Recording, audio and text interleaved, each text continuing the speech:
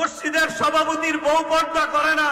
সেক্রেটারির বউ পর্দা করে না, ক্যাশিয়ারের বউ পর্দা করে না, অনেক ইমামের বউ পর্দা করে না, অনেক খতিবের বউ পর্দা করে না, অনেক ওয়াইজের বউ পর্দা করে না, অনেক মুসল্লির বউ পর্দা করে না, অনেক হাজির বউ পর্দা করে না। আল্লাহর কসম হাজি, তোমাকে শোনায় যাই, শুনে রাখো, লেখে রাখো, মসজিদের সভাপতি লেখে রাখো, সেক্রেটারি লেখে রাখো,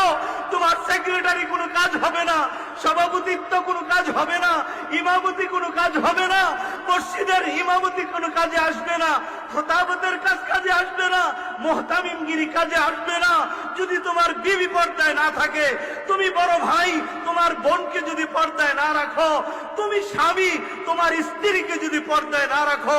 মদিনার নবীর ঘোষণা শুনে নাও। আল্লাহর নবী বলেছেন, এই সমস্ত নামাজি, এই সমস্ত হাজি, এই সমস্ত আলেম যারা নিজের বউকে